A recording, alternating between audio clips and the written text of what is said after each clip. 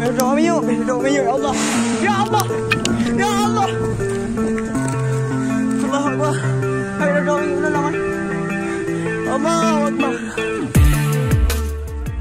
Syederalun, pekerja sumur minyak ilegal, dinyatakan meninggal dunia dalam insiden kebakaran sumur minyak pada Jumat 11 Maret 2022 di Desa Matai, Kecamatan Rantoperlak, Kabupaten Aceh Timur.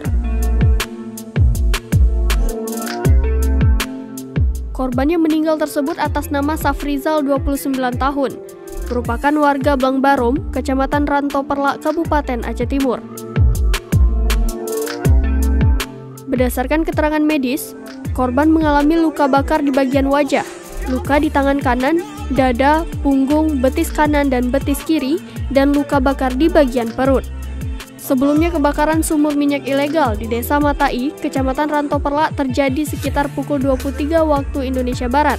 4 unit armada pemadam dibantu 1 unit mobil tangki air dikerahkan ke lokasi untuk pemadaman.